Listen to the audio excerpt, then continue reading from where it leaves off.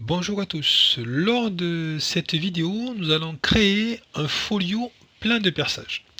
Donc j'ai repris un dossier qu'on avait fait, j'ai une armoire 800 par 800 ici, mon armoire là, si je clique ici, j'ai une armoire 800 par 800, et sur cette porte d'armoire, j'ai localisé porte, j'ai mis un voyant, et j'aimerais faire ce fameux folio plein de perçages. Donc on va d'abord créer un folio. Donc je vais faire ici clic droit, nouveau folio. On va créer un folio implantation. On l'avait déjà fait, hein, mais je vais l'appeler implantation porte là. Implantation porte. Voilà. Ici. Donc je choisis là-haut bien sûr implantation. Je choisis ma localisation. Sinon je ne peux pas cliquer sur OK. Ma localisation, c'est la porte ici. Ici. OK. Donc mon folio, il est là, implantation porte, il est là mon folio. Ici, alors là, on va mettre, on va faire, avant, on va voir un petit peu les différents pas de grille, là, ici. On va voir si c'est bien. On va aller dans pas de grille et pas utilisateur. Donc, on va aller dans options, paramètres, c'est pas obligatoire hein, ce que je fais, mais je vais vérifier quand même. Règle grille. Donc ici, je vais aller dans implantation. Donc là, c'est à 50, c'est pas mal. Ouais, 50 sur la grille, la règle 50, et là, ouais, c'est pas mal. Et ici, on a ici, donc sur mon l'implantation, là, on a tous les 1 mm. Ouais, ça va. Je mets ici, je mets tous les 1 mm. Ça me paraît pas mal. Je sais plus comment j'avais fait la dernière fois, mais ça me paraît pas mal. Alors peut-être la grille, je reviens à ma grille ici. Ouais, non, c'est bon. On laisse comme ça. Voilà, on laisse comme ça. Ok. Donc, c'est fait. Maintenant, on va mettre donc notre porte. Notre porte, elle fait 800 par 800. C'est la taille de notre armoire. Donc, on va simplement dessiner un dessin. Voilà, je prends un dessin. Je vais dessiner ma porte. Je vais faire un simple rectangle ici. La ligne ici, je vais faire une ligne jaune qui soit épaisse, qu'on voit bien, mais vous prenez la couleur que vous voulez. Hein. Et après ici, je vais mettre un pas ici, je vais pas de grille ici, et là, ben, je me mets à 0, et là, je vais faire 800 par 800. Alors 800, il faudrait que je monte. Alors le mieux, vous faites le trait là, vous appuyez sur la touche R ici, et là, je vais taper 800 par 800. Voilà. Et ici, alors forcément, ça rentre pas, hein, ça dépasse, mais les 800, ils sont ici. Hein, et là, de 0 à 800, ils sont ici. On le voit par rapport à la règle qui est là. Si vous n'avez pas la règle, c'est que vous avez cette icône qui n'est pas cochée, là, afficher règle. Vous voyez ici, je clique ici, ça apparaît.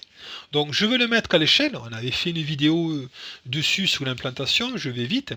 Vous faites option, échelle et cartouche. Et là, je vais mettre à l'échelle, je mets 3,3 par exemple, pour que ça rentre ici.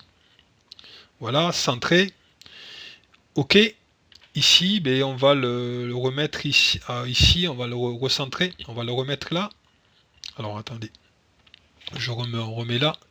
Ici, je me mets comme ça. Ici, on va voir, je fais ici échelle et cartouche.